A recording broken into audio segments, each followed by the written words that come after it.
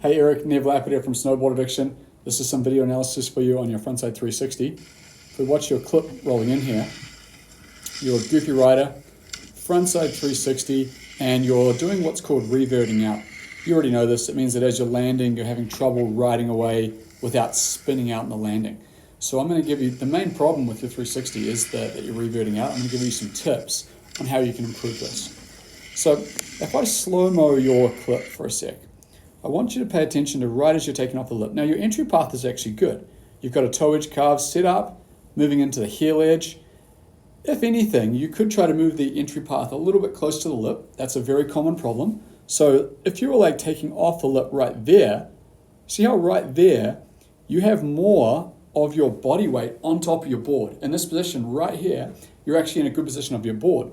But when you take off this jump, I want you to look at right here.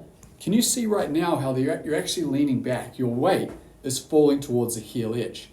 And what that's doing is it's putting you off balance a little bit.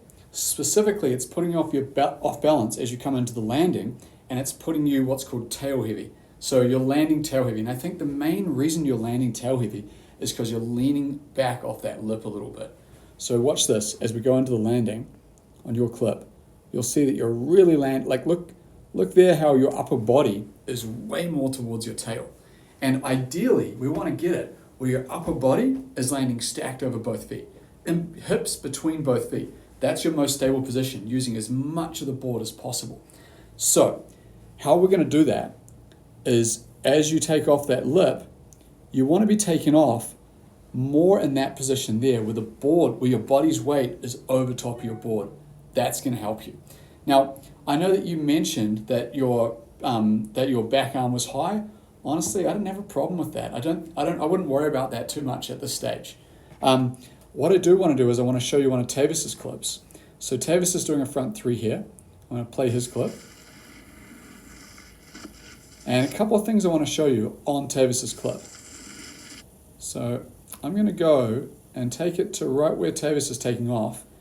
And as he takes off that lip, I want you to see how he has more of his weight over top of the body versus on your one, leaning quite far back off that lip.